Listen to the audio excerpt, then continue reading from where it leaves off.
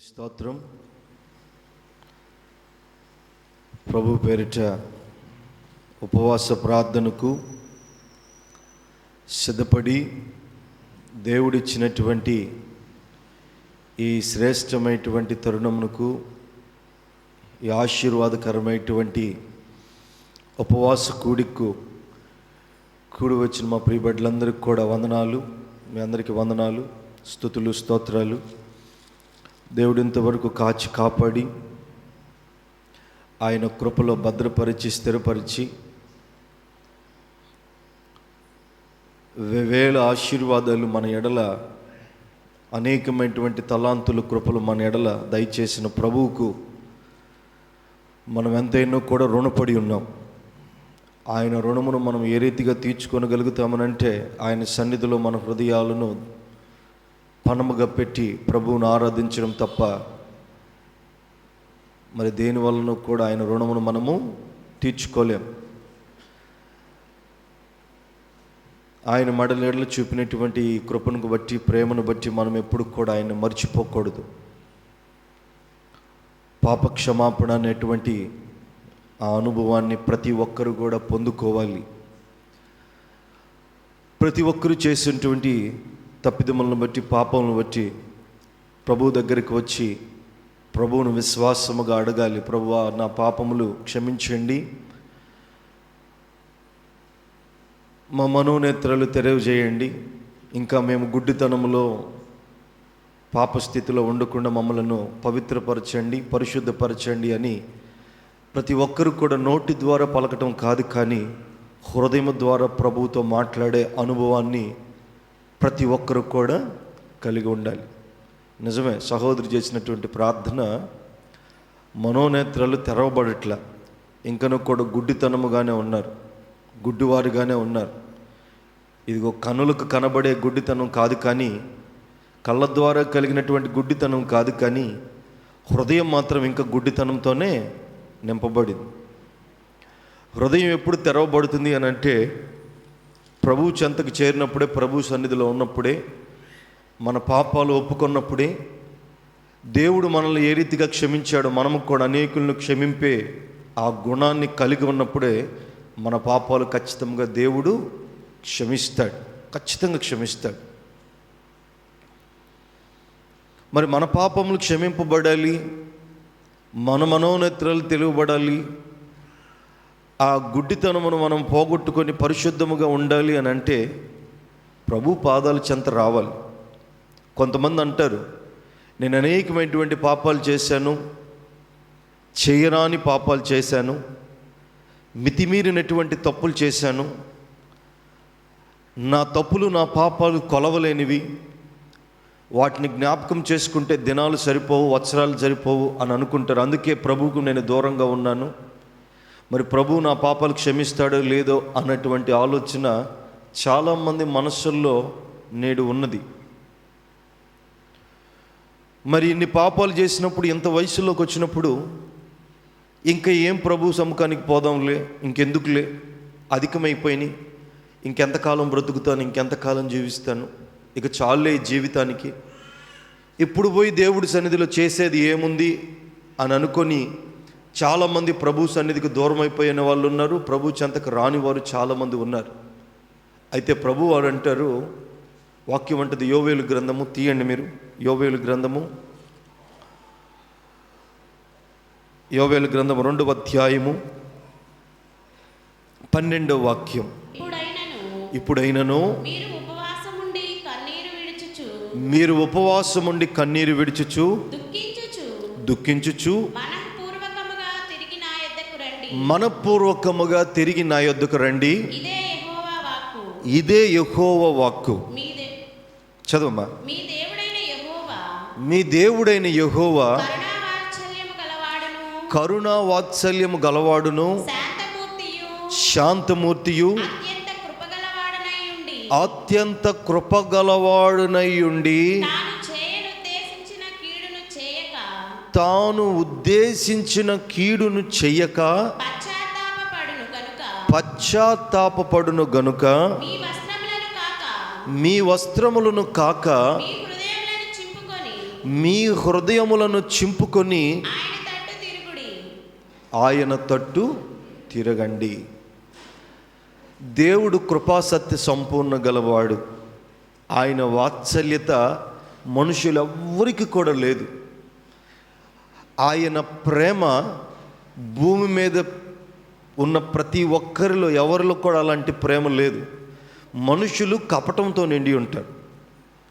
మనుషులు అంధకార సంబంధులు. మనుషులు లోకమాలిన్యాన్ని బట్టి ప్రభువుకు దూరమయ్యే అనుభవాలు ఉంటాయి. కానీ దేవుడు అలాంటి వాడు కాదు. దేవుడు ఎలాంటి వాడనంటే, మన పాపములు ఎన్నైనా, మన దోషములు ఎన్నైనా క్షమింపరానటువంటి, ఇదిగో భయంకరమైనటువంటి అసహ్యమైనటువంటి పాపాలు మనము చేసిన వాటిని బట్టి ప్రభు దగ్గరికి వస్తే ఆయన మనలను ప్రేమించి కరుణించి కాపాడి మనలను దగ్గరికి తీసుకొని వచ్చే గొప్ప దేవుడు ఆయన. కృపా సత్య సంపన్నుడు ఆయన. వాత్సల్యత కలిగినటువంటి వాడు ఆయన.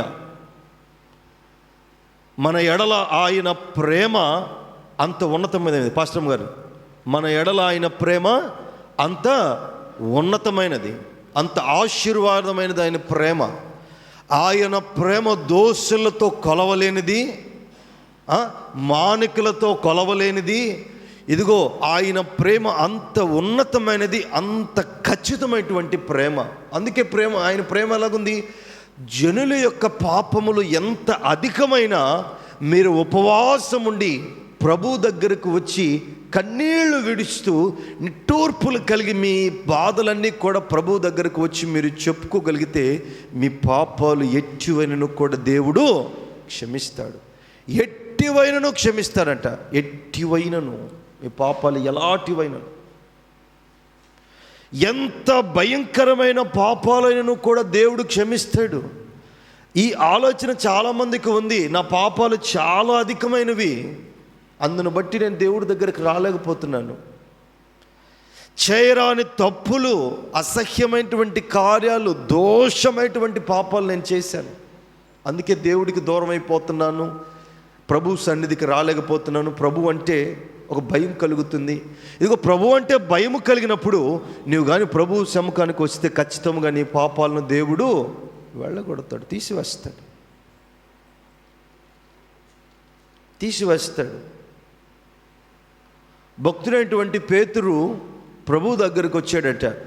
ప్రభు దగ్గరికి వచ్చి ఇలాగ అడుగుతున్నాడట, ప్రభువా, నా సహోదరుడు అనేక మార్లు తప్పులు చేశాడు, నా దృష్టికి అనేక సార్లు తప్పులు చేశాడు.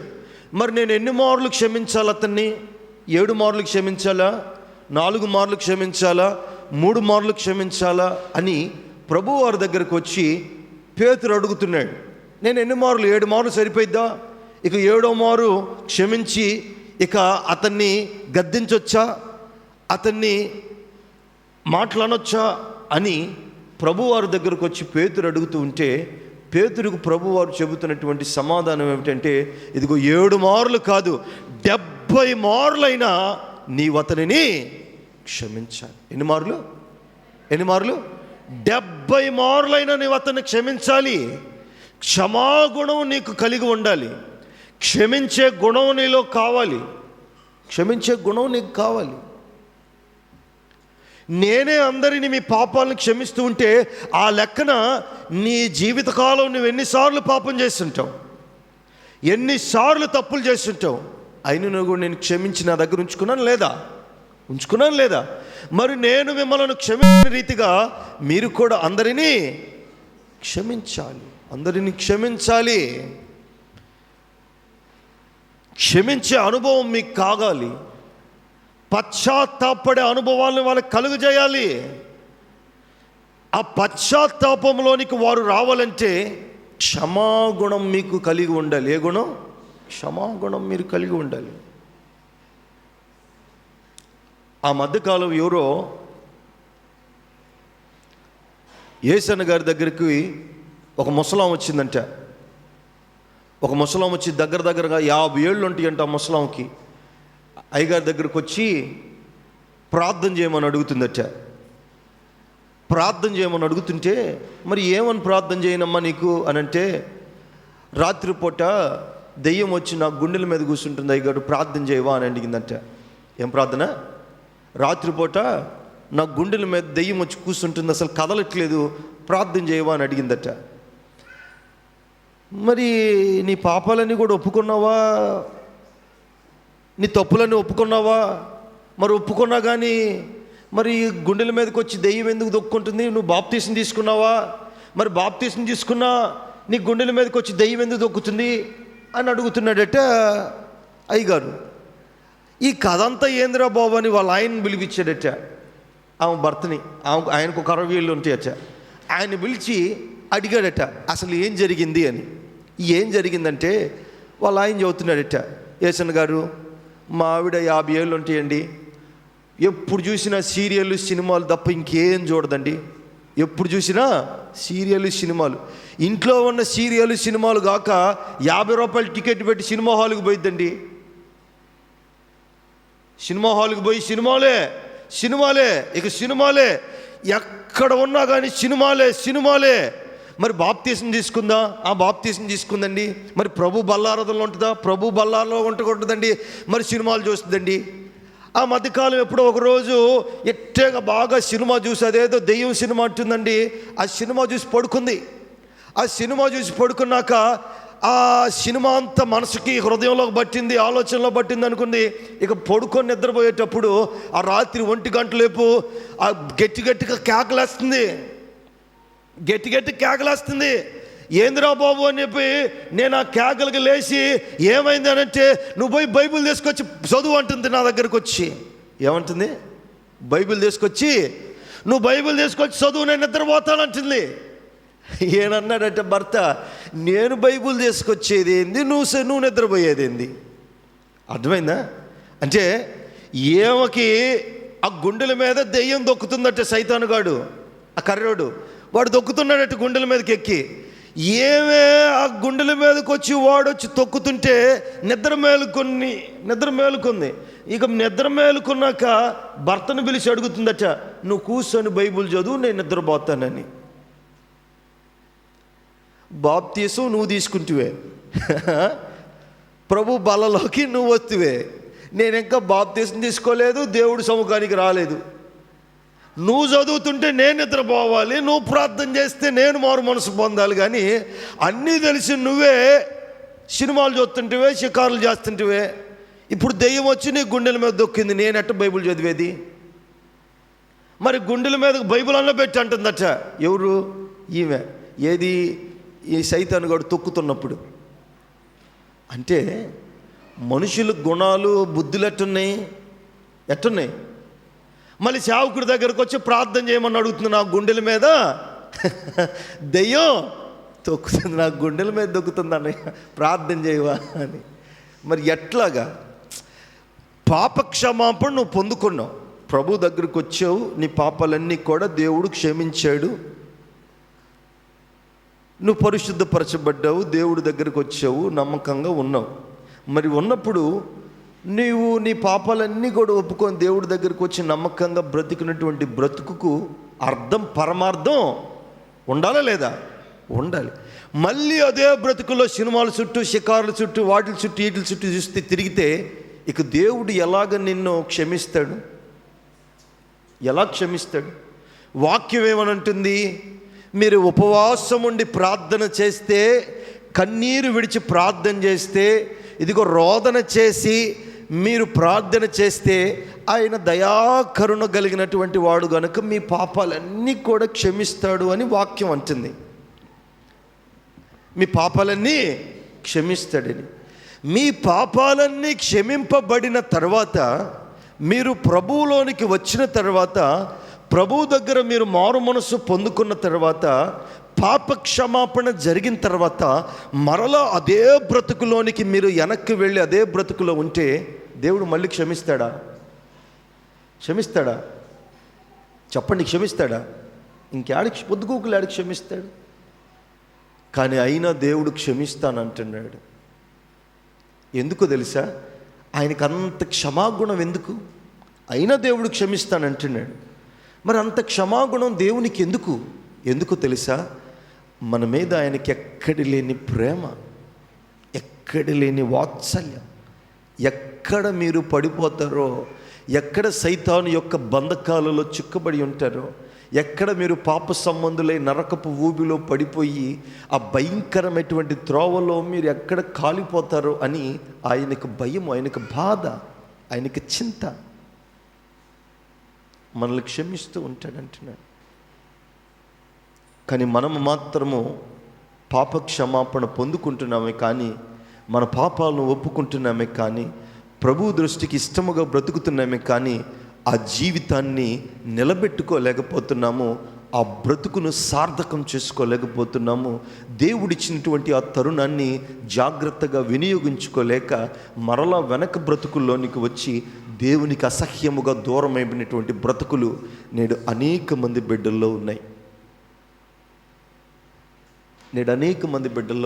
కారణం ఏంటంటే దేవుడు మనల్ని క్షమిస్తున్నాడు గనుకనే మన పాపాలు మనము పెంచుకుంటూ వెళ్ళిపోతున్నాం. పురుగు లాంటి మన బ్రతుకులను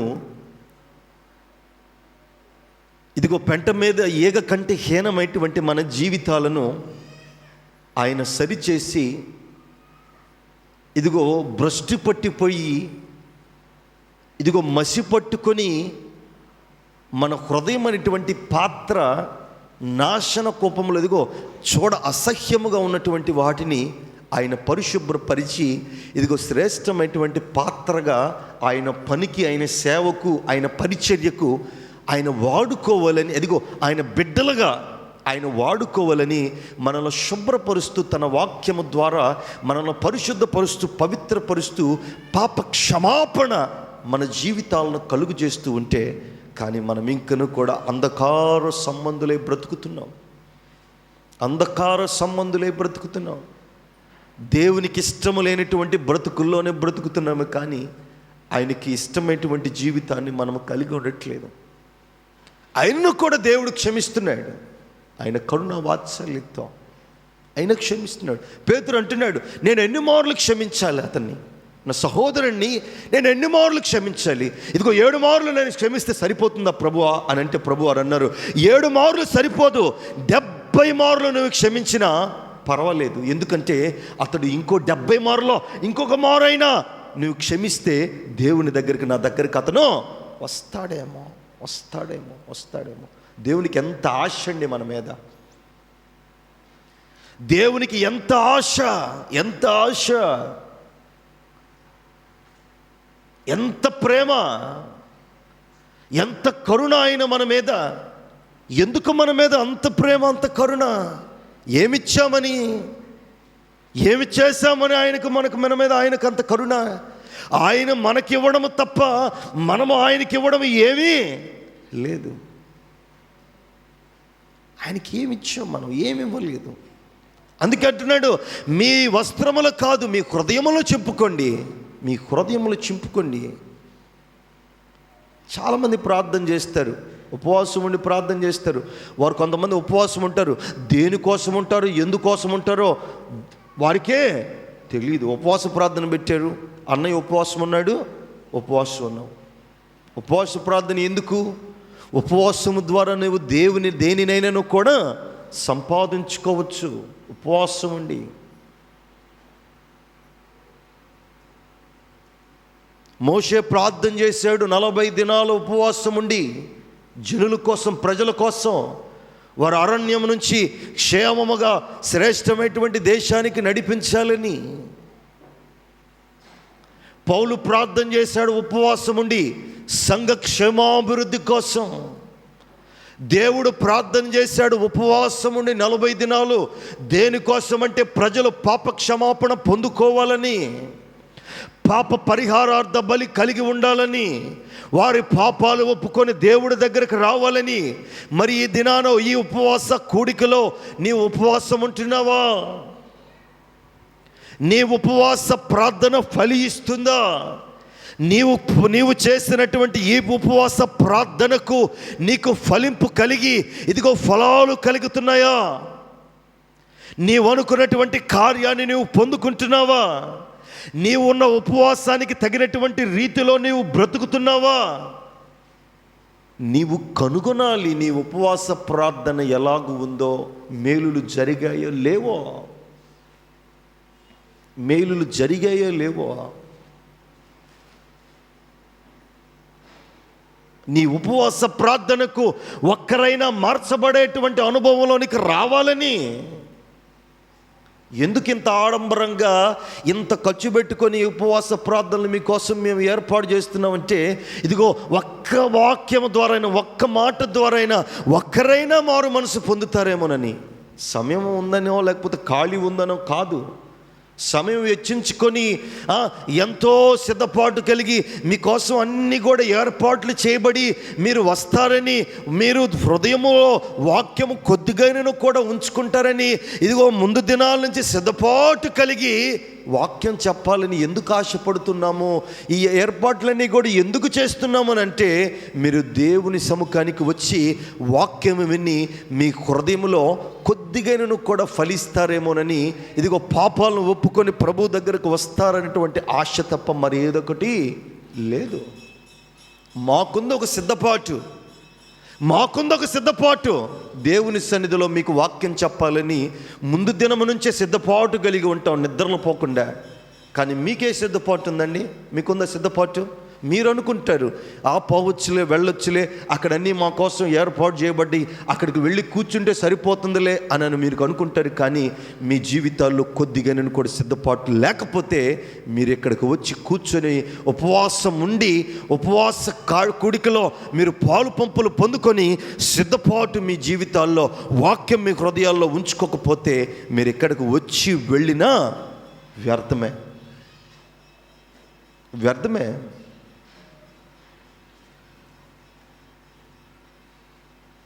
ప్రభువారు అంటారు సిద్ధపాటు గురించి, క్షమాపణ గురించి, పాప క్షమాపణ గురించి, ఏర్పాటు గురించి ప్రభువారు అంటారు. పేతురు అన్నప్పుడు 7 మార్లు క్షమించేస్తే సరిపోద్దా ప్రభువా నా సహోదరుని, ఆ తర్వాత నేను గద్దించొచ్చా, బుద్ధి చెప్పొచ్చా అని అంటే, ప్రభువారు అంటారు సిద్ధపాటును గురించి పరలోక రాజ్యం ఏమంటుందో తెలుసా పేతురు? ఒక యజమానుడికి తన దాసుడు 10,000 తలాంతులు అప్పున్నాడట. 10,000 తలాంతులు అంటే ఇంచుమించు 36 లక్షల రూపాయలు అప్పున్నాడట. 36 లక్షలు అప్పుంటే ఆ యజమానుడు పిలిచాడట తన దగ్గర ఉన్నటువంటి దాసుని, ఎరా బాబు 36 లక్షల రూపాయలు నువ్వు అప్పున్నావు కదా, ఇవి నువ్వు చెల్లించకపోతే నీ అంతు చూస్తాను, నేను చెరసాలలో వేస్తాను, నిన్ను బంధించి, నా దాసుల ద్వారా నిన్ను బంధించి నిన్ను కొట్టిస్తాను అని అంటే, ఆ వచ్చిన దాసుడు అన్నాడట తన యజమానుడి పాదాల దగ్గర నిలబడి అడుగుతున్నాడట, నా యజమానుడా, నా రాజా, నన్ను క్షమించు, ఈ దినము నేను చెల్లించలేకపోయాను, ఇంకో దినానైనా నీ అప్పు చెల్లిస్తాను, ఇంత భయంకరమైన శిక్ష నాకేమాక అని అన్నాడట దాసుడు. ఆ దాసుడు కన్నీళ్లు పెట్టుకొని తన యజమానుడికి చెబుతున్నటువంటి ఆ మాటలకు ఆ యజమానుడు కరిగిపోయి, ఒరే వీడు మంచి దాసుడు, అనవసరంగా నేనే వీడిని కొట్టిద్దాం అనుకున్నాను, చెరసాల్లో వేయిద్దాం అనుకున్నాను, వీడు మంచివాడే, మోకాళ్ళు వేశాడు, ప్రార్థన చేశాడు, బతిమలాడుకుంటున్నాడు, కొద్దిగా సమయమే నీ అప్పు తీరుస్తాను అని అన్నాడు అని యజమానుడు పశ్చాత్తపడి, అరే బాబు పో, ఇంకొన్ని రోజులు ఆగి నా డబ్బులు నువ్వు చెల్లించు, తొందర ఏమి లేదు, నువ్వు చెల్లించు. ఎందుకు ఈ మాట చెబుతున్నానంటే, నీకు కన్నీళ్లు విడిచావు, నా ముందు సాష్టాంగపడి మోకాళ్ళేసి ప్రార్థన చేసావు, అడిగావు గనుక ఇప్పుడుకు పో అని వాడిని ఆ దాసుని పంపించాడట. దాసుని పంపించినాక యజమానుడి దగ్గర 10,000 తలాంతులు ఎవడైతే అప్పు చేశాడో వాడు ఊర్లోనికి వెళ్ళి వాడికి ఇంకొకడు అప్పు ఉన్నాడట. వాడికి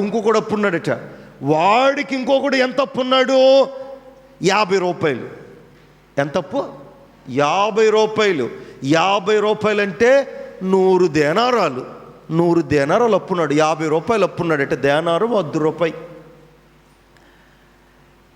ఈ రాజు దగ్గర నుంచి యజమానుడి దగ్గరికి ఈడికి పోయాడట. వాడికి ఇంకొకడు అప్పున్నాడట. వాడిని అడుగుతున్నాడట. వాడు సొక్కా పట్టుకొని పేక మీద చెయ్యుంచి, రేయ్ నా అప్పు చెల్లిస్తావా, నిన్ను చంపేయమంటావా? ఏమన్నాడు? నా అప్పు ఏడ పట్టుకున్నాడు? పేక పట్టుకున్నాడట. పేక 50 రూపాయలకి పేక పట్టుకొని, నా అప్పు చెల్లిస్తావా, నిన్ను చెరసాల్లో ఏమంటావా, నిన్ను చంపేయమంటావా అని వాడిని వెంటనే వాడు బతిమలాడుకున్నాడట. ఏది? 50 రూపాయలు అప్పు ఉన్నాడు. యజమానుడా, నీ 50 రూపాయల అప్పు చెల్లిస్తాను అని కన్నీళ్లు విడిచి మోకాళ్ళు ప్రార్థన చేస్తున్నాడట. నీ 50 రూపాయల అప్పు చెల్లిస్తాను, ఈసారి వదిలి ఇంకొకసారి లోపు నీ అప్పు చెల్లిస్తానంటే ఈడేమంటున్నాడు? రేయ్ నువ్వు చెల్లించాల్సిందే నా అప్పు, నా 50 రూపాయలు నువ్వు కట్టాల్సిందే.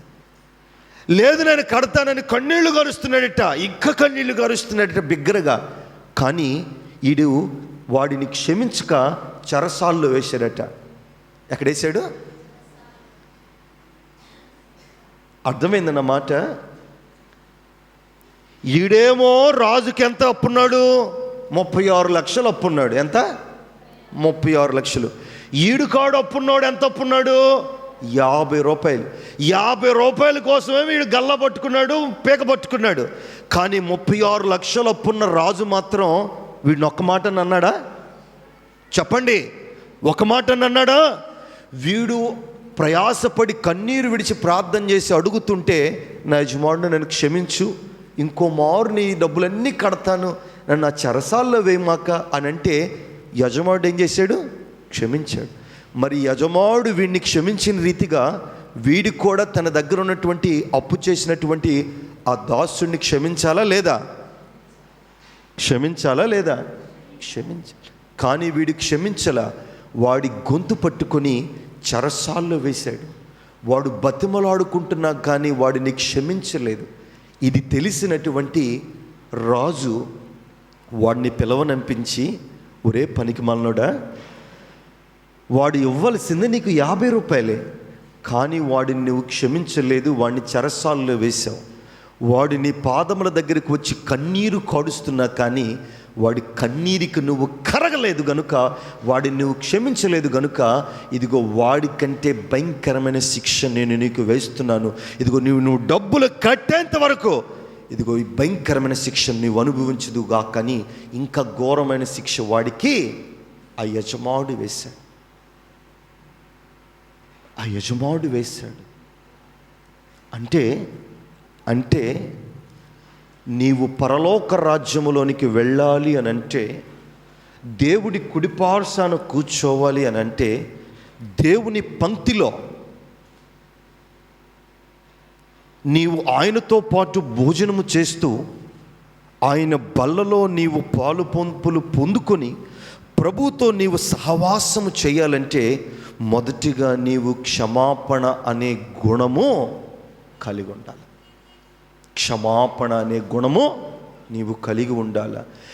దేవుడు ఏ రీతిగా మనలను క్షమిస్తున్నాడో, దేవుడు ఏ రీతిగా మనము చేయు పాపములను బట్టి, మనము చేయు భయంకరమైనటువంటి ఘోరమైనటువంటి ఆ అంధకారమైనటువంటి ఆ క్రియలను బట్టి ప్రభువు దగ్గరికి వచ్చి, ప్రభువా నా పాపములు క్షమించయ్యా, నేను ఉపవాసం ఉండి ప్రభువు దగ్గరికి వచ్చిన ప్రతి మారు దేవుడు నిన్ను క్షమించి ఆయన హక్కును చేర్చుకుంటున్నాడా లేదా? మరి ఆయన నీ ప్రతి పాపమును క్షమించి ఆయన హక్కును నిన్ను చేర్చుకుంటున్నప్పుడు, ఇదిగో లోక సంబంధములో ఎవరైనాను కూడా నీకు అప్పు ఉన్నా నిన్ను క్షమించమని అడిగినప్పుడు, నీవు కూడా దేవుడు ఏ రీతిగా నిన్ను క్షమించాడో నీవు కూడా అదే గుణము కలిగి నీవు క్షమించాలి లేదా? మరి నువ్వేం చేస్తున్నావు? క్షమిస్తున్నావా?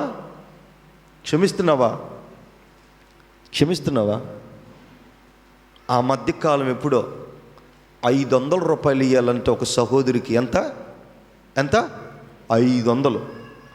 ఎంత? 500 అప్పు ఇచ్చి ఎందుకు ఇచ్చిందంటే, తర్వాత జ్యోత 500 అప్పు ఆ అమ్మాయికి ఇచ్చిందని. ఆ అమ్మాయికి 500 అప్పు ఇచ్చింది. ఆ 500 ఇలా 500 ఇయ్యల. 500 ఇక ఎన్నిసార్లు అడిగినా నువ్వు 500 ఇస్తావా లేదా అని అంటే, ఇంకోసారి ఇస్తానమ్మా, ఇప్పుడు లేవు, ఇంకోసారి ఇస్తాను, నా కుటుంబం కటిక పేదది, ఇంకొకసారి ఇస్తాను 500 అని అంటుందట ఆ సహోదరి. లేదు, నువ్వు 500 ఇవ్వాల్సిందని కూర్చున్నట్టు. నెల తర్వాత ఆ అమ్మాయి అంటుందట, 500 ఇచ్చిన అమ్మాయి, నువ్వు 500 ఇస్తావా, నీ భర్తను తీసుకుపోమంటావా? ఏమంది? నువ్వు 500 ఇస్తావా? ఆ అమ్మాయికి 500 దేనికోసం ఇచ్చింది? మళ్ళీ తీసుకోవడానికి కాదు. ఈ అమ్మాయికి భర్త మీద కన్ను, ఆ అమ్మాయి భర్త మీద కన్ను. నువ్వు 500 ఇస్తావా, నీ భర్తనే తీసుకోమంటావు. ఇకేం చేసిద్ది? తీసుకెళ్ళి భర్తని. ఇట్లాంటి కుటుంబాలు ఎన్ని లేవు? పాప క్షమాపణ పొందుకోనటువంటి కుటుంబాలు ఎన్ని లేవా? ఎన్ని కుటుంబాలు ఉన్నాయి? ధనము కోసం అడ్డదారులు తొక్కే కుటుంబాలు ఎన్నో ఉన్నాయి. డబ్బుల కోసము, కుటుంబ పోషణ కోసం, అక్రతల కోసము భర్తను పణముగా పెట్టినటువంటి భార్యలు ఉన్నారు. భార్యలను ఇదిగో పణముగా పెట్టిన భర్తలు ఉన్నారు. లేకపోలేదు. అక్రతలు తీరడానికి, అవసరతలు తీరడానికి, కుటుంబం పోషించబడడానికి ఇదిగో దేవుడు అంటున్నాడు, ఇదిగో సింహపు పిల్లలైన ఆకలి కొనును కానీ నా పిల్లలు ఆకలి కొనరు. మీరు నా దగ్గరకు వచ్చి నన్ను అడిగితే మీ అక్రతలు తీరవా? మీ పోషణ చేసేది నేను, మిమ్మల్ని పోషించే దేవుడను నేను. మీ నోటికి అందిస్తాను ఆహారాన్ని. కానీ మీరు లోకం చుట్టూ తిరుగుతున్నారు, మీ భర్తలను వేరొకరికి పణం పెడుతున్నారు, మీ భార్యలను వేరొకరికి అప్పిస్తున్నారు. ఇదిగో లోకమంతటికి తెలిసినా కానీ, ఇదిగో బట్ట బయలుగా తెలిసినా కానీ, ఇదిగో రహస్యముగా కాకుండా బట్ట బయలుగా తమ భార్యలు, తమ భర్తలను అప్పించేవారు లోకంలో ఎంతోమంది లేకపోలేదు. కేవలము డబ్బు కోసం, ధనము కోసం. ఇట్లాంటి కుటుంబాలు ఎన్ని లేవు? అయినా కూడా దేవుడు అంటున్నాడు, నీవు కానీ ఒక్క మారు పాప క్షమాపణ చేసుకొని, నీ తప్పులు ఒప్పుకొని నా దగ్గరికి వస్తే నిన్ను నేను క్షమిస్తాను. అలాగా నేను క్షమిస్తున్నానని పదే అదే బ్రతుకులో అదే వాటి చుట్టూ నువ్వు తిరుగుతూ ఉంటే నిన్ను మొత్తుతాను, నిన్ను తడతాను, నిన్ను నాశనం చేస్తానని దేవుడు మరలా అంటున్నాడు. ఎలాగున్నాయి కుటుంబాలు? అందుకే వాక్యం అంటది, యోవేలు గ్రంథము చదవండి. యోవేలు గ్రంథము 2వ అధ్యాయము 14వ వాక్యం. ఒకవేళ ఆయన మనస్సు త్రిప్పుకొని పశ్చాత్తాపడి మీ దేవుడైన యెహోవాకు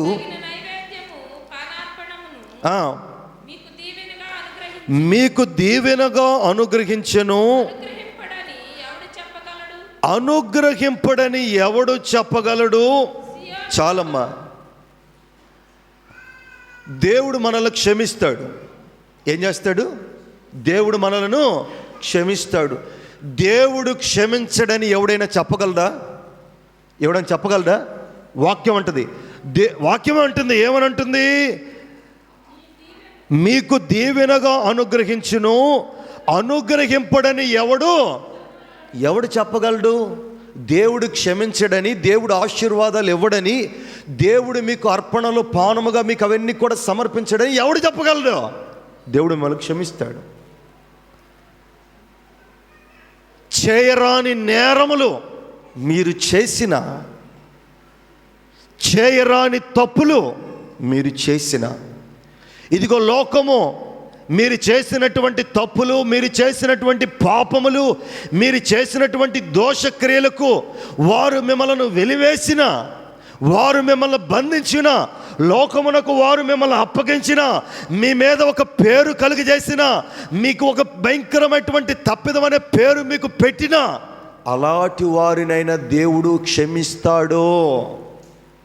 అలాంటి వారినైనా దేవుడు క్షమిస్తాడు. ఎప్పుడు క్షమిస్తాడు? ఎప్పుడు క్షమిస్తాడు?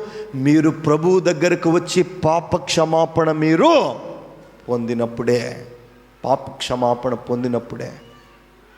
ప్రభువు దగ్గరకు వచ్చి మీరు పాప క్షమాపణ పొందినప్పుడే, మీ పాపాలు ఒప్పుకున్నప్పుడే. ఒప్పుకోవాలి ప్రభు దగ్గరకు వచ్చి పాపాలు. మీరు ప్రభు దగ్గరకు వచ్చి పాపాలు ఒప్పుకోకపోతే మీ బ్రతుకులు ఏమవుతాయి? ఇంకా చాలామంది అదే అంధకార బ్రతుకులో ఉన్నారు.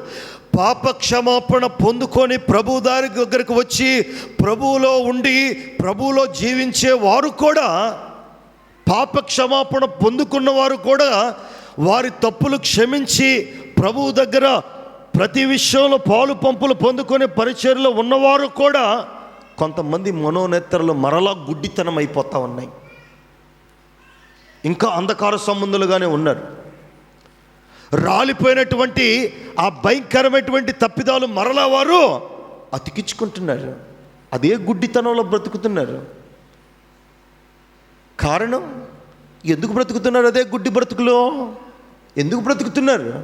ఎందుకురా బ్రతుకుతున్నారు అని అంటే, వారి బ్రతుకులో వారి నోటి మాటల ద్వారానే వారు ప్రభువును ఆరాధిస్తున్నారు. కానీ ఇదిగో ఉపవాసం అనేటువంటి ఆ ప్రార్థన అనేది వారు అడ్డం పెట్టుకుంటున్నారు. కానీ వారి వస్త్రాలు చింపుకుంటున్నారు. కానీ హృదయాలు చింపుకొని ప్రభువుకు దీన మనస్కులే ప్రభువును అంగీకరించట్లేదు. ఇక వారు బ్రతుకులు మారతాయా? ఎన్ని వాక్యాలు చెప్పిన వారి బ్రతుకులు మారు. నిజమే, వారి బ్రతుకులు మారు. సేవకుడి దగ్గరికి వచ్చినటువంటి సహోదరి చేసినటువంటి పని అదే. 50 ఏళ్ళు ఉన్నాయి. 50 ఏళ్ళు. ఇక ఆమె చేసేది ఏమన్నా ఉందా? 50 ఏళ్ళకి కమ్మగా ప్రభువులు ఆనందించితే ఎంత సంతోషం ఉంటుందా లేదా? ఆ రకాడి సినిమాలు అవసరమా? 50 ఏళ్ళకి సినిమాలా? పసిపిల్ల అయితే ఎన్నిసార్లు చెప్పినా సినిమాలో షికారు చేసిద్ది. పసిపిల్ల కాబట్టి. చిన్న బుజ్జమ్మ. తెలివి లేదా? జ్ఞానం లేదా? కొంతమందికి లేదు. పశుప్రాయులుగా ఉన్నారు కొంతమంది. ఎన్ని మార్లు వాక్యం వారిని గద్దిస్తున్నా, వాక్యం వారితో సూటిగా మాట్లాడుతున్నా వారు బ్రతుకులు మాట్లాడలేదు. ఆ సినిమాల చుట్టూ, బ్రతుకుల చుట్టూ, వాటి చుట్టూ ఇటు చుట్టూ తిరుగుతున్నారే కానీ బుద్ధులు మారట్లేదు, గుణాలు మారట్లేదు, దేవునికి భయభక్తులు కలిగే అనుభవాలు వారు కలిగి ఉండట్లేదు. మరి దేవుడు ఆశీర్వాదాలు ఎక్కడి నుంచి వస్తాయి? దేవుడేమంటున్నాడు? మీరు చేయరాని పనులు మీరు చేసినా, ఒకవేళ ఆ సమయంలో నాకు కోపము కలిగినా నేను కూడా పశ్చాత్తాపడతాను. బిడ్డలను ఎలాగా శిక్షించాలి. ఇంకొక అవకాశం ఇస్తే బిడ్డలు మారుతారేమో. ఇంకొక అవకాశం ఇస్తే బిడ్డలు నాలో ఉంటారేమో, రక్షింపబడతారేమో, ప్రభువులోకి వస్తారేమో, నా మందలో చేరతారేమో అని దేవుడు ఆశపడుతూ ఉన్నాడు. ఆయన పశ్చాత్తాపడుతున్నారు. కానీ ఇదిగో దేవుని సన్నిధిలో ప్రభువును ఆరాధించేవారు మాత్రము పశ్చాత్తాపానికి లోనవ్వట్లేదు. అయితే దేవుడు అంటాడు ఒకటే మాట, ఎన్ని మార్లు గద్దించినా, దేవుని బిడ్డలైనటువంటి వారు ప్రాముఖ్యంగా ఎన్ని మార్లు గద్దించినా, ఎన్ని మార్లు వారు వాక్యమునకు లోబడక శరీరానుసారులుగా వారు లోకములో జీవిస్తూ ఉన్న దేవుని బిడ్డలని వారు పేరు పిలువబడినటువంటి అనుభవంలో ఉన్నా కానీ వారు అన్యులే. ఎవరు వాళ్ళు? అన్యులే. వారు దేవుని బిడ్డలని పేరు మాత్రమే ఉంటుంది, కానీ వారు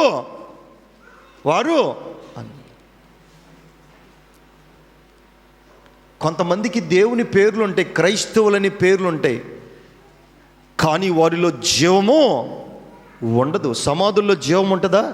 సమాధుల్లో పెట్టబడినటువంటి వారు చనిపోయినటువంటి వారు, వాటిలో ఏ జీవమో ఉండదు.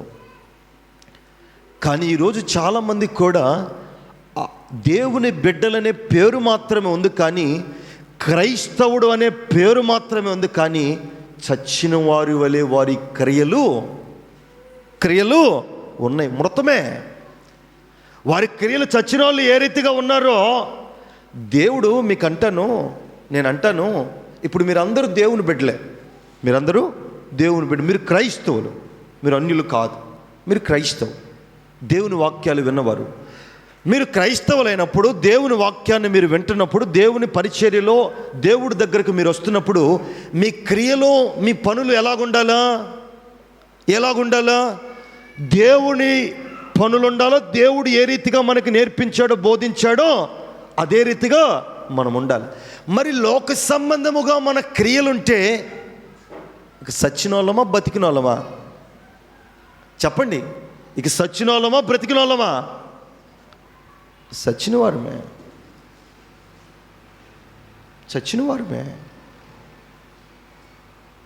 దేవుడు ఏమన్నాడు? చల్లగానైనా ఉండు, వెచ్చగానైనా ఉండు. అటు ఇటు మధ్యలో ఉంటే నువ్వు చచ్చినోడివే. కొంతమంది అంటారు, వారు చచ్చినోడా ఇప్పుడైనా మారురా, చచ్చిందాన మారు ఇప్పుడైనా అని అంటాం.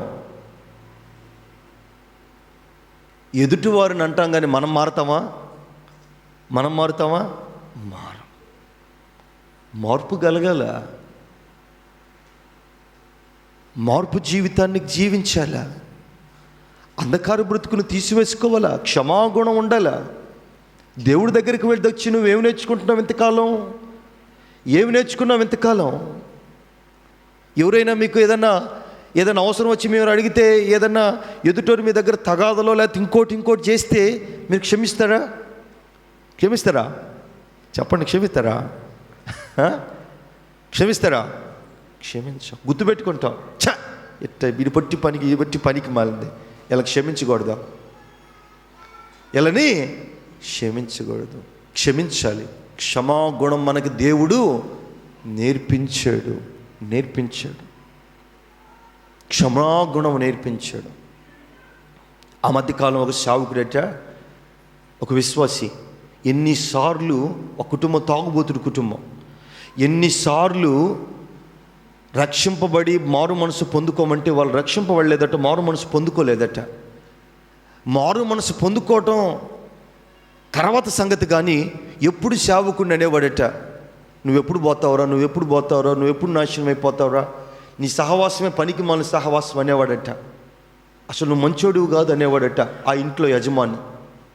అయితే ఆరోగ్యం బాగలేక ఆ తాగుబోతాడు హాస్పిటల్లో పడ్డాడట. హాస్పిటల్లో పడిపోతే ఇక ఆ తాగుబోతాడు దగ్గరికి ఎవడు రాలేదట. బ్రతుకున్నప్పుడు చాలామంది, బాగున్నప్పుడు బాగానే ఉన్నారు చాలామంది, కానీ ఎప్పుడైతే హాస్పిటల్లో పడ్డాడో ఎవరు రాలేదట. ఏడుస్తున్నాడట తాగుబోతాడు. వరే, ఇంతకాలం నా తాగుబోతు డబ్బులు ఎవరికి పెట్టాను? నేను అందరికి పోపించాను, అన్నీ చేశాను, వీళ్ళందరూ నా దగ్గరే ఉంటారు అనుకున్నారు. ఈరోజు నాకు ఆరోగ్యం బాగలేకపోతే ఒక్కడు రాలేదు. వీళ్ళే నా ప్రపంచం, వీళ్ళే నా స్నేహితులు, వీళ్ళే నా కుటుంబం అనుకొని ఇంట్లో ఉన్నాయి అన్నీ కూడా అమ్మి పెట్టిన రోజులు ఉన్నాయి, తాగిపించిన రోజులు ఉన్నాయి. ఈరోజు నాకు బాగలేకపోతే ఒక్కడు రాలేదు అని పశ్చాత్తాపడి ఆ హాస్పిటల్ మంచం మీద ఏడుస్తూ ఉంటే ఈ లోపు వాకిట్లో నుంచి ఎవరో వస్తున్నట్టు కనబడుతూ ఉందట. ఆ కళ్ళ నిండా నీళ్ళలో ఆ మబ్బులు కమ్మినట్టు ఆ కళ్ళు ఉన్నప్పుడు ఆ నీళ్ళంతా కూడా కారుతూ ఉన్నప్పుడు బోజరుగా కనబడుతుందట. కళ్ళు చూడగానే బోజరుగా కనబడుతూ ఉంటే ఆ గుమ్మంలో నుంచి ఎవరో రూమ్లోకి వస్తూ ఉన్నారు. ఎవర్రా అంటే పాస్టర్ గారు. అప్పటిదాకా ఏడ్చిన ఏడుపు ఒకటైతే, ఎప్పుడైతే ఆ పాస్టర్ గారిని ఆ గుమ్మంలోంచి వస్తున్న పాస్టర్ గారిని చూడగానే ఇంకా ఏడుపు ఎక్కువైపోయిందట. ఎందుకు ఏడుపు ఎక్కువైపోయిందంటే, లోకంలో ఉన్నప్పుడు నా చుట్టూ చాలామంది ఉన్నారు, కానీ ఇప్పుడు నేను మంచం మీద పడి బాగులేనప్పుడు, హాస్పిటల్లో పడినప్పుడు, నేను బాగులేదని, నాకు రోగం వచ్చిందని ఒక్కడు రాలేదు. కానీ నేను నోటి నిండా బూతులు తిట్టినటువంటి పాస్టర్ గారు మాత్రం నా దగ్గరికి వస్తున్నాడని ఆ సంగతులన్నీ పాస్టర్ గారు వస్తుండగానే అవన్నీ హృదయంలో జ్ఞాపకం చేసుకొని ఏడుస్తున్నాడట, కేకలు పెట్టి ఏడుస్తున్నాడట. అంటే కేకలు పెట్టి ఏడుస్తూ ఉంటే చూడగానే పాస్టర్ గారికి అర్థమైందట, పశ్చాత్తాపము కలిగి ఉన్నాడు, పొందుతున్నాడని. పాస్టర్ గారి దగ్గరికి వచ్చి అర్థమైపోయి తల మీద చేయి వేసి, ఎందుకు ఏడుస్తున్నావు? ఎందుకు ఏడుస్తున్నావు? ఎందుకు ఏడుస్తున్నావు? ఇదిగో నీ తప్పులన్నీ క్షమింపబడ్డాయి. నువ్వు లోకంలో ఉన్నప్పుడు ఇలాంటి ఏడుపు ఎప్పుడు ఏడవలా. ఇదిగో నీ కళ్ళ నీళ్లు బట్టే చెప్పచ్చు, నువ్వు నీ పాపాలన్నీ ఒప్పుకున్నావు. ఏం రోగం నీకు? అయ్యా నాకు బాగాలేదు. మరి డబ్బులు ఉన్నాయా? నా దగ్గర ఏం డబ్బులు లేవయ్యా, ఎవ్వరు రాలేదు. ఇదిగో నేను మంచోడిని కాదని, నేను చెడ్డోడిని, నా భార్య కూడా నా దగ్గరికి రాలేదు, పుట్టింటికి వెళ్ళిపోయింది. నువ్వు అక్కడే వచ్చావు. నువ్వెందుకు వచ్చావయ్యా? ఎన్ని మాటలన్నా నిన్ను, ఎన్ని అవమానాలు చేశా, ఎంతమంది దగ్గర నేను తక్కువ చేసి చూసా. ఇదిగో నీ ముందు మాట్లాడాను, బయటికి వెళ్ళి వెనకుండి మాట్లాడాను, కానీ నువ్వే వచ్చావు నా దగ్గరికి. నీదెంత మంచి మనసయ్యా, నీదెంత మంచి మనసయ్యా. పాస్టర్ గారు అన్నారట, ఏం కావాలి నీకు? ఎంత కావాలి? అంత కొంత అవసరం ఉందయ్యా. అయితే పాస్టర్ గారి దగ్గర ఏ డబ్బులు లేవట. అయితే ఆ మనిషి, ఆ తాగుబోతు, ఆ వాడు ఆ పాప క్షమాపణ పొందుకొని పశ్చాత్తాపడి ఆ కళ్ళ నిండా పెట్టుకున్నటువంటి నీళ్లకు పాస్టర్ గారి సంతోషం ఆగలేక తాను వచ్చిన తనకున్నటువంటి ఒక్కగానొక్క బండి అమ్మి, ఒక్క పాపి మారు మనసు పొందిందని చాలు అని ఆ బండి అమ్మినటువంటి డబ్బులతో వెంటనే అతనికి వైద్యం చేయించాడట. దేవుని స్తోత్రం, హల్లెలూయా. వైద్యం చేయించాడట. ఇక అతను వదిలిపెడతాడా? సావుకుణ్ణి వదిలిపెడతాడా? చెప్పండి, వదిలిపెడతాడా? వదిలిపెట్టడు. ఇలాంటి సంఘటనలు, ఇలాంటి అనుభవాలు మీ జీవితాల్లో ఎన్నో మార్లు జరిగి ఉంటాయి. మీకు జ్ఞాపకం ఉండకపోవచ్చు. సావుకుడో, దేవుడో, విశ్వాసో ఎవరో నీ దగ్గరకు ఎవరు కూడా, ఇదిగో నీకు ఆరోగ్యము బాగున్నంతసేపు ఎవరు కూడా రాకపోయినా, ఇదిగో నువ్వు మంచాన పడినప్పుడు, నీ ఆరోగ్యం క్షీణించినప్పుడు, నువ్వు హాస్పిటల్లో ఉన్నప్పుడు, ఇదిగో నువ్వు రోగి అయినప్పుడు, అనారోగ్యం నీకున్నప్పుడు, ఇదిగో నీ దగ్గరకు వస్తారు చూడు, వారే నీ నిజమైన స్నేహితులు. దేవుడు అంటున్నాడు, నా నిజమైన స్నేహితుడు నీవు అని. నీ నిజమైన స్నేహితుడు నేను అవ్వాలి అని అంటే నీవు పశ్చాత్తాపడాలా, క్షమాగుణం నీకు కలిగి ఉండాలా, క్షమింపబడే అనుభవం నీకు కావాలా. ఇదిగో పాస్టర్ గారు అన్నారట, నేను ఏదైతే నీకు కలిగి ఉన్నానో, ఏదైతే నీకు చేశానో, ఇదే అనుభవాన్ని నీవు మరొకరికి కలిగినప్పుడు ఇదే అనుభవం నీవు కలిగి ఉండాలి లేదా? చెప్పండి, కలిగి ఉండాలి లేదా? నీవు కలిగి ఉండకపోతే నువ్వు ఎక్కడుంటావు? చెరసాలలో, అంధకారంలో, కాలిపోయబడే అగ్నిలో. క్షమాగుణం కలిగి ఉండాలి, క్షమించే అనుభవం కలిగి ఉండాలి. నన్ను ఎన్ని మాటలు అంటారు తెలుసా? మీలో అన్నవారు కూడా చాలామంది ఉండుండొచ్చు, ఎన్నో అనుకొని ఉండొచ్చు. కానీ క్షమాగుణము, క్షమింపగలిగినటువంటి మనస్సు మనకు కలిగి ఉన్నప్పుడే దేవుడు మనలో ఉన్నట్లు. మనం కానీ క్షమించకపోతే, మనం కానీ వారిని క్షమించకపోతే, దేవుడు మనలను కూడా క్షమిస్తాడా? పేతురు అడిగాడు, ఎన్ని మార్లు క్షమించచ్చయ్యా? చూశానయ్యా, 6 సార్లు చూశాను, 7వ కూడా చూశాను. ఆ మాట చదవండి ఆ మాట. మత్తయి సువార్త 18వ అధ్యాయము 21వ వాక్యం. మత్తయి సువార్త 18వ అధ్యాయం 21వ వాక్యం. ఆ సమయమున పేతురు ఆయన యొద్దకు వచ్చి, ప్రభువా, తప్పిదము చేసిన ఎడల నేను ఎన్ని మార్లు అతన్ని క్షమింపవలెను? 7 మార్లు మట్టుకా అని అడిగెను. అందుకు యేసు అతనితో ఇట్లా, నేను 7 మార్లు మట్టుకే కాదు, 70 మార్లైనను కూడా అతన్ని, 70 మార్లైన అతను నువ్వు క్షమించాలా? 7 మార్లు నువ్వు క్షమిస్తావా? 70 మార్లైన క్షమించాలా? నువ్వు క్షమించినప్పుడే నేను నిన్ను క్షమిస్తాను. పేతురు 3 మార్లు అబద్ధం పలికాడా లేదా? పలికాడా లేదా? మరి క్షమించాడా లేదా? క్షమించలేదా? క్షమించాడు ప్రభు పేతురును. మరి పేతురు ఈ మాట అనొచ్చా? అనొచ్చా? ప్రభు క్షమించచ్చా? మరి పేతురు యొక్క తప్పిదములు ఎన్ని ఉండొచ్చు. నేను క్షమించాను నిన్ను, నేను ఏ రీతిగా నిన్ను క్షమించానో నీవు కూడా అదే రీతిగా క్షమించు. నువ్వు క్షమించాలి. ఎప్పుడైతే ప్రభువారు పేతురుని క్షమించాడో పేతురు కూడా క్షమించడము నేర్చుకున్నాడు. క్షమించడం నేర్చుకున్నాడు. పేతురు విశ్వాసం అంత గొప్పది. అందుకే పేతురు దేవుడు నేర్పినటువంటి ఆ మాటను బట్టి క్షమాగుణం కలిగి ఉన్నాడు గనుక మొదటి సేవకుడయ్యాడు, మొదటి సంఘమైంది, మొదటి రాయి పేతురే, మొదటి పాస్టర్ గారు పేతురే. దేవుడు అంత ఆశీర్వదించాడు పేతురును. పేతురు మరణము కూడా వస్తుందని తెలిసినప్పుడు, పేతురు మరణం వస్తుందని తెలిసినప్పుడు ఆ యొక్క రాజ్యములో పేతురును చంపాలని రాజు సెలవిచ్చినప్పుడు, తాకీదులు పంపించినప్పుడు, పేతురు మరణము కొన్ని గంటలలో వెళుతుంది, కొంత సమయంలో పోతుంది అని అన్నప్పుడు పేతురు అధైర్యపడలేదు. తన మరణం వస్తుందని తెలిసి కూడా, మన మరణం ఎప్పుడో మనకు తెలుసా? చెప్పండి, తెలుసా? తెలీదు. ఉరి యొద్దకు వచ్చే ప్రతి ఒక్కడి మరణం వాడికి తెలుసు. తెలీదా? తెలుసు.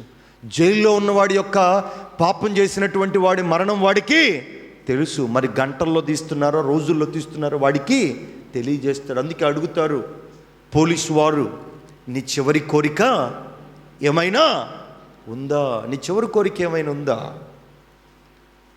అడుగుతారు. అయితే నీ చివరిసారిగా అయినను కూడా నీ హృదయాన్ని దేవుడి వైపుకు తిప్పుకునే అవకాశం దేవుడు నీకు ఇస్తున్నాడు. సిలువలో దొంగకిచ్చాడు. అడిగారు, నీ చివరి కోరిక ఏమైనా ఉందా? ఇదిగో నేను నీ పరలోక రాజ్యంలో నన్ను నిద్రమోమకమ్మ, పరలోక రాజ్యంలో జ్ఞాపకము చేసుకో. పరలోక రాజ్యంలో జ్ఞాపకం చేసుకో. దేవుడు పరలోక రాజ్యాన్ని దొంగకు ఇచ్చాడు. పేతురు కూడా మరి కొంత సమయంలో మరణం అవుతుందని తెలిసినప్పుడు తన భార్య అంటుంది, కొద్దిగా అధైర్యపడింది భార్య. అధైర్యపడినప్పుడు భార్యకు చెబుతున్నాడు, అధైర్యపడకు, బ్రతికినను దేవుని కోసమే, చనిపోయినను దేవుని కోసమే. ఇదిగో దేవుని పనిలో నేను ఇంత నమ్మకంగా ఉన్నాను గనుకనే నన్ను చంపుతున్నారు. ఈ మరణమును బట్టి నువ్వు ఇబ్బంది పడమాక, ప్రార్థన చేయి. తన కుమార్తెకు, తన భార్యకు చెప్పాడు, ప్రార్థన చేయి. చెప్పాడు. ఏ మరణం చేస్తారో, ఏ మరణం పొందుతాడో కూడా చెప్పాడు. తల క్రిందులుగా సిలువ వేయండి పేతురుని, తల కిందులుగా సిలువ వేయండి. ఒక కాలు కిందకి దింపండి, ఒక కాలు పైకి లేపండి, తల కిందకి పెట్టండి, సిలువ వేయండి. ఆ మరణము పేతురుకు తెలిసినా కానీ పేతురు కొద్దిగైనను కూడా కదలలా. ఎందుకు కదలలేదు?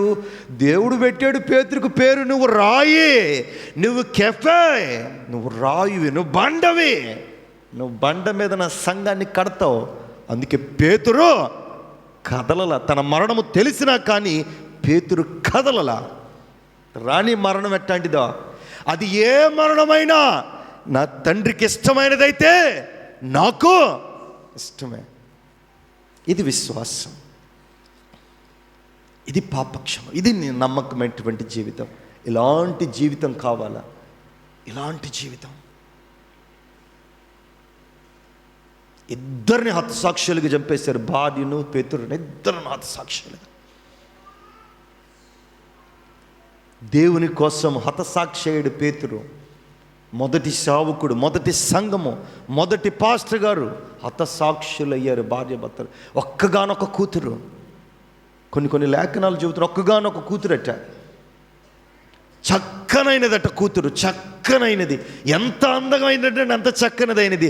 తన తల్లిదండ్రులు దేవుని దృష్టికి ఎంత విశ్వాసంగా ఉన్నారో తాను కూడా అలాగే ఉండాలని ఆశపడిందంటే తన కూతురు. అయితే ఒక రాజు తనని ఇష్టపడ్డాడట. నేను వివాహం చేసుకుంటాను, ఇదిగో నేను భార్యనుగా చేసుకుంటాను అని అన్నప్పుడు ఆ కూతురు, తన పేతురు గారి యొక్క కూతురు అందట, లేదు లేదు లేదు లేదు, నేను వివాహం చేసుకోను, నా జీవితాన్ని నా తండ్రికి అప్పచెప్తాను, నా తల్లిదండ్రులు హతసాక్షులయ్యారు, అలాంటి జీవితాన్ని నేను, నా తల్లిదండ్రులు దేవుని కోసం నమ్మకంగా బ్రతికారు, అలాంటి బ్రతుకుని నేను కూడా బ్రతుకుతానని తన కుమార్తె అన్నప్పుడు, లేదు నేను ఎలాగైనా నేను వివాహం చేసుకుంటాను, నువ్వు దేవుని దృష్టి ఇష్టముగా ఉన్నావు అనని ఆ రాజు అన్నప్పుడు ఆ కుమార్తె అంటే గృహానికి వెళ్ళి ప్రార్థన చేస్తుందంటే, ప్రభువా నాకు వివాహం చేసుకోవాలని లేదు, ఎదుటివారు మంచివారు అయినప్పటికీ నేను నీ దృష్టికి ఇష్టముగా ఉండాలి, నీ దృష్టికి నమ్మకముగా బ్రతకాలి, ఇదిగో నా ప్రాణాన్ని నీ దృష్టికి యోగ్యముగా, ఇదిగో నా యవ్వన తనాన్ని నీకు ఇష్టముగా నేను ఎంచాలి అటువంటి ప్రార్థన చేసుకుంటుందట. ఆ ప్రార్థన చేసుకున్నప్పుడు, ఆ ప్రార్థన మోకాళ్ళ నుండి ప్రభువుకు అర్పిస్తున్నప్పుడు దేవుడు తన ప్రాణాన్ని తీసుకున్నాడు. దేవుని స్తోత్రం, హల్లెలూయా. తన ప్రాణాన్ని తీసుకున్నాడట. ఎందుకు? ప్రభువుకు కూడా ఇష్టమో లేదట తన వివాహం. ఎంత విశ్వాసం అంటే, తన పేతురు, భార్య, కుమార్తె ముగ్గురు దేవునికి దృష్టికి ముగ్గురు హతసాక్షులయ్యారు. తన భార్య భర్తలు హతసాక్షులయ్యారు, తన తల్లిదండ్రులు, తన కుమార్తె దేవుడు తన ప్రాణాన్ని తీసుకున్నాడు. ఎంత ఆశీర్వాదం అండి, ఎంత దీవెన, ఎంత దీవెన. ఎందుకు పేతురుకు ఆ దీవెన వచ్చింది? కెఫే అని దేవుడు ఎందుకన్నాడు, ఎప్పుడు అన్నాడో తెలుసా? ఇదిగో నువ్వు 3 మార్లు అబద్ధం పలుకుతావు, కానీ తర్వాత నువ్వు పశ్చాత్తాపడతావు, ఇక నీవు అబద్ధం ఆడవు. ఇక ఆడా, ఇక ఆడలా, ఇక అబద్ధం ఆడలా. పశ్చాత్తాపం పొందుకున్నాడు, దేవుని దృష్టికి ఇష్టడుగా ఉన్నాడు పేతురు. అందును బట్టి పేతురు యొక్క ప్రాణము, పేతురు యొక్క కుటుంబ ప్రాణాలు దేవునికి ఇష్టముగా ఉన్నాయి కనుక వారి కుటుంబాన్ని దేవుడు అంతగా ఆశీర్వదించాడు. మొదటి సంఘాన్ని కట్టాడు, మొదటి సేవకుడయ్యాడు, మొదటి రాయ్యాడు. పేతురు ఆశీర్వదింపబడ్డాడు. మరి నీవు నీ జీవితంలో ఎన్నో పాపాలు చేసినప్పటికీ, ఎన్నో భయంకరమైనటువంటి నిందల్లో నువ్వు పడినప్పటికీ, ఎన్నో చేయరానిటువంటి తప్పులు చేసినప్పటికీ దేవుడి దగ్గరికి వచ్చి నీవు పశ్చాత్తాపడి, ప్రభువా నా పాపాలు ఇట్టివి, నేను చేసినటువంటి ఘోరమైనటువంటి తప్పులు ఇట్టివి, వీటిని దయతో క్షమించయ్యా అని నువ్వు దేవుడి దగ్గరికి వచ్చి పశ్చాత్తాపడి పాప క్షమాపణ నీవు పొందుకుంటే దేవుడు తప్పక నిన్ను క్షమిస్తాడు. ఆయన తప్పక నిన్ను క్షమిస్తాడు. ఆయన నిన్ను నెట్టివేసేవాడు కాదు, ఆయన నిన్ను క్షమిస్తానంటున్నాడు. అందుకే అంటాడు మత్తయి సువార్త 18వ అధ్యాయము 35 వాక్యంలో, మీలో ప్రతి వాడును తన సహోదరుని హృదయపూర్వకముగా క్షమింపని ఎడల నా పరలోకపు తండ్రియు ఆ ప్రకారమే మీ ఎడల చేయ.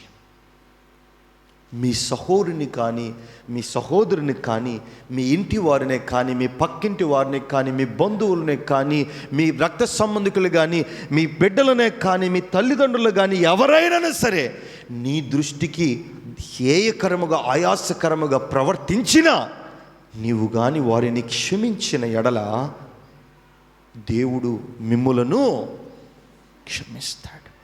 వాక్యం అదే కదా, వాక్యం అదే కదా, అదే వాక్యం అంటుంది. మీరు ఎదుటివారిని క్షమింపకపోతే నేను మిమ్మలను క్షమించను, మీరు క్షమిస్తేనే నేను మిమ్మను క్షమిస్తాను. మీరు అనేక పాపాలు చేసినప్పటికీ, నాకు ఇష్టమైనటువంటి కార్యాలు అనేకమైనటువంటివి మీరు చేసినప్పటికీ, మీరు నా దగ్గరికి వచ్చినప్పుడల్లా మిమ్మల్ని క్షమించారా లేదా? క్షమించాను. నేను క్షమించాను గనుకనే మీరు ఈ రీతిగా ఉన్నారు. అవునా కాదా? అవునా కాదా?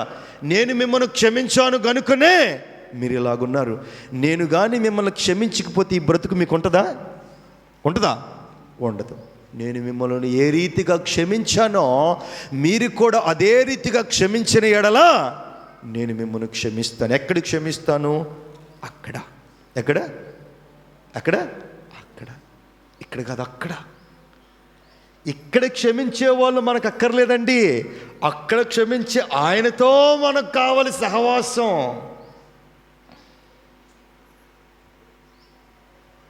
కొంతమంది అంటారు, నేను ఎన్నిసార్లు బతిమలాడినా వాళ్ళు నన్ను క్షమించట్లేదన్నయ్య, నేను ఎన్నిసార్లు బతిమలాడాను వారు నన్ను క్షమించట్లేదన్నయ్య అని అనుకుంటారు. కొంతమంది భార్య బిడ్డలు అన్నారు, భర్తలు వదిలేసినటువంటి భార్యలు అన్నారు, ఎన్నిసార్లు బతిమలాడినా నన్ను చేర్చుకోవట్లేదన్నయ్య, మారట్లేదన్నయ్య, నా తప్పిదాన్ని నేను ఒప్పుకొని నీ దగ్గర నేను ఉంటాను, సహవాసంలో ఇదిగో నీలో నేను ఉంటాను, నీ భార్యగా నేను ఉంటాను అని అన్నా కానీ నన్ను క్షమించట్లేదన్నయ్య అన్న బిడ్డలు చాలామంది ఉన్నారు. అయితే దేవుడు అంటాడు, వారు క్షమింపకపోయినా నేను నిన్ను క్షమిస్తాను, నేను నిన్ను క్షమిస్తాను. ఇక్కడ కాదు, ఇక్కడ వారు క్షమించకపోవచ్చు, అక్కడ నేను నిన్ను క్షమిస్తాను. అక్కడ నేను నిన్ను క్షమించాలంటే ఇక్కడ నువ్వు నమ్మకంగా బ్రతకాలి, నమ్మకంగా జీవించాలి. ఇదిగో నా బిడ్డలారా, మీరు ప్రభు దృష్టికి నమ్మకంగా జీవించినట్లయితే దేవుడు మీ పాపాలన్నీ కూడా క్షమించి మీ మీ మీ మీ మీ మీ విశ్వాస జీవితాన్ని దేవునికి మరి దగ్గరగా కానీ మీరు ఉంచుకోగలిగితే దేవుడు అక్కడ మిమ్మలను క్షమిస్తాడు. అయితే మీరు కూడా మీ సహోదరుల ఎడల, మీ శత్రువుల ఎడల, మీ కుటుంబాల ఎడల క్షమాగుణమును కలిగి ఉండండి. ఈ క్షమాగుణము మీరు కలిగి ఉన్న ఎడల దేవుని ప్రేమ మీలో ఉన్నదని గ్రహించుకొనడి. ఆ సేవకుడు ఆ తాగుబోతు వాడి దగ్గరకు వెళ్ళకపోతే వాడు మరణించేవాడు. ఎలాగ మరణించేవాడు? పశ్చాత్తాపము పొందకుండా మరణించేవాడు. సేవకుడు ఆ తాగుబోతు వాడి దగ్గరికి వచ్చాడు గనుకనే వాడు పశ్చాత్తాపడ్డాడు, పరలోకములో ఒక ఆత్మ నింపబడింది, ఒక సాక్ష్యం ఉంది. మనము క్షమించే గుణము, క్షమించాలి. అందుకే అంటున్నాడు, మీరు క్షమిస్తేనే నేను మిమ్మలను క్షమిస్తాను. ఆయన మనల్ని క్షమించాలి అని అంటే మనమేమి చేయాలా? ఉపవాసం ఉండి కన్నీరు విడిచి ప్రార్థించి, ప్రభువా నీ దృష్టికి నేను నమ్మకముగా ఉండాలి, నీ దృష్టికి గనుడుగా ఉండాలి, నీ దృష్టికి గనురాలుగా నేను ఉండాలి, నీ దృష్టికి నా పాపాలన్నీ కూడా నేను ఒప్పుకొని నీ దృష్టికి నమ్మకంగా ఉండాలి. ఇదిగో నీ వాత్సల్యపూర్ణుడు గనుక కరుణ కటాక్షము కలిగినటువంటి పూర్ణమైనటువంటి ప్రేమ నీలో ఉంది గనుక దయతో నా పాపములు క్షమించు అని అడిగిన ప్రతి వానికి కొదువు లేకుండా ఆయన పాప క్షమాపణ జరిగిస్తున్నాడు. దేవునికి స్తోత్రం, హల్లెలూయా. పాప క్షమాపణ కలిగి చేస్తున్నాడు. ఆ పాప క్షమాపణలో మీరు రావాలంటే, ఆ పాప క్షమాపణలో మీరు ఉండాలి అని అంటే మీరు కూడా దేవుడు ఏ రీతిగా క్షమిస్తున్నాడో మీరు కూడా అదే రీతిగా క్షమించండి. ఈ వాక్యం విన్న తర్వాత, ఈ మాట విన్న తర్వాత, అందుకే మీకు మాట చదివాను. ఆ మాట మళ్ళీ మీరు ఈ మాట గుర్తు చేసుకో, మీరందరూ ఈ మాట గుర్తు చేసుకోవాలి. 35 వాక్యం, మీలో ప్రతి వాడును తన సహోదరుని హృదయపూర్వకముగా క్షమింపబడని ఎడల నా పరలోకపు తండ్రియు ఆ ప్రకారమే మీ ఎడల. మీరు క్షమించకపోతే దేవుడు మిమ్మలను క్షమించడు. అర్థమైందా? మీరు క్షమించకపోతే దేవుడు మిమ్మలను, ఇప్పుడు మీరు క్షమిస్తారా క్షమించరా? చెప్పండి, మీరు క్షమిస్తారా క్షమించరా? ఏంది గొంతులేని పలకట్లా మోగట్లా? క్షమిస్తారా క్షమించరా? నాకేమో శివుడు వస్తుంది, మధ్య వయసు పెరిగిపోతుందా? క్షమిస్తారా క్షమించరా? ఏమన్నా క్షమిస్తారా లేదా? మరి క్షమించేటప్పుడు 1 లక్ష రూపాయలు డబ్బులు తలా తీసుకొచ్చి నాకు, నేను ఇక మీకు ఇవ్వను. మరి ఏం చేస్తారు? క్షమిస్తారా? చెప్పండి, క్షమిస్తారా? క్షమిస్తారా క్షమించరా? వాయమ్మ 1 లక్ష రూపాయలు ఎట్ట క్షమించేదన్నా నేనా? నీకు ఇచ్చి ₹1,00,000 మళ్ళీ క్షమాపణ అంటావా? దేవుడు లేకపోతే చర్చి లేకపోయింది, నీ కాడికి రాకపోయింది, ఇంకో కాడికైనా పోతా కానీ నా లక్ష నాకు ఇయ్యను అని అంటావా లేదా? అంటావు. ఏది? డబ్బు దగ్గరకు వచ్చేసరికి మరి ₹36 లక్షల యజమానుడు క్షమించండి నీకు బుద్ధి పుట్టినప్పుడే ఇరా అని అన్నాడా లేదా? అని అన్నాడు. కానీ ₹50 దగ్గర వాడి దగ్గరకు అప్పించినటువంటి వాడి దగ్గర మాత్రం గొంతు పట్టుకున్నాడు, చరసాలు వేసాడు. వాడు పశ్చాత్తాపడ్డాడు, కానీ వాడి మాట వాడెనలా. అది తెలుసుకున్న యజమానుడు ఏమన్నాడు? ఒరే పనికి మనలోడా, 36 లక్షలే నేను నిన్ను క్షమించాను, ₹50 దగ్గర నీ దగ్గర తీసుకున్నవాడి దగ్గర నువ్వు పట్టుకున్నావా? ₹50. కొంతమంది ఉన్నారు, మనం ₹10,000 ₹1,00,000 బాకీ ఉన్నాడుకేమో 10 రోజులు ఆగంటాం. మన దగ్గర బాకీ ఉన్నాడు దగ్గర మాత్రం నువ్వు కడతావా సత్తావా అంటావా? చెప్పట్లేదు. అంటామా? ఎప్పుడు ఎత్తావు నా డబ్బులు? క్షమాపణ. అయితే మీరు అనుకోవచ్చు, మరి డబ్బు విలువైంది కదన్నయ్య, మరి అట్టా? అది నేను సంపాదించుకున్నాను కదా. అయితే దేవుడు అంటాడు, తప్పక వాటన్నిటిని మీ మధ్యకి మరలా తీసుకొని వస్తాను. దేవుని స్తోత్రం, హల్లెలూయా. తప్పక వారు చెడ్డవైనప్పటికీ వారి మనస్సును మార్చి నీ దగ్గరకు మరలా. తప్పిపోయిన కుమారుడు డబ్బులు తీసుకొని మూటగా తీసుకోమని తండ్రి దగ్గర, కుటుంబ తండ్రి కాదు అక్కడ మర్మం, వాక్యం చెప్పేది ఆ ఉపమానం. పరలోకపు తండ్రి దగ్గర మూట తీసుకొని వెళ్ళిపోయాడు, మూట అయిపోయింది, మరలా వచ్చాడు లేదా? మూట కాదు ముఖ్యం, తండ్రి ముఖ్యం. ఏది? తండ్రి ముఖ్యం. మూటలో ఏమీ లేదు, మూట కరిగిపోయిద్ది, కానీ తండ్రి కరగడు. తండ్రి మనకు ముఖ్యం, తండ్రి దగ్గర ముఖ్యం, తండ్రి దగ్గర వెళ్ళడానికి ముఖ్యం, తండ్రితో సహవాసం ముఖ్యం, తండ్రితో గడపటం ముఖ్యం, తండ్రిలో ఆనందించడం ముఖ్యం, తండ్రిలో జీవించడం ముఖ్యం.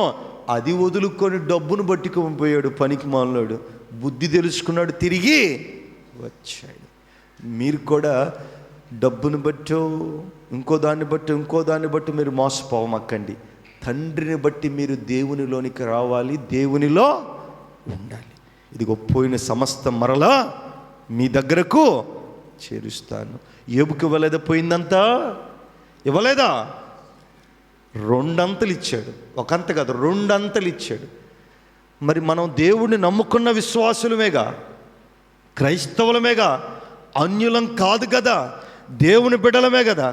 మరి మనం కూడా ఇస్తాడనేటువంటి విశ్వాసం మనకు కూడా కలగా. అట్టయితే అదొద్దులన్నా, అదే ఇదే, అదే ఇది ఆడకపోతే అది, ఏడకపోతే ఇది.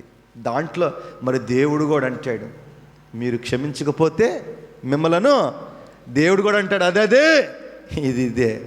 అర్థమైందా వాక్యం? ప్రభువు దృష్టికి పరిశుద్ధంగా ఉండాలి, క్షమాపణ కలిగి ఉండాలి, విశ్వాసం కలిగి ఉండాలి.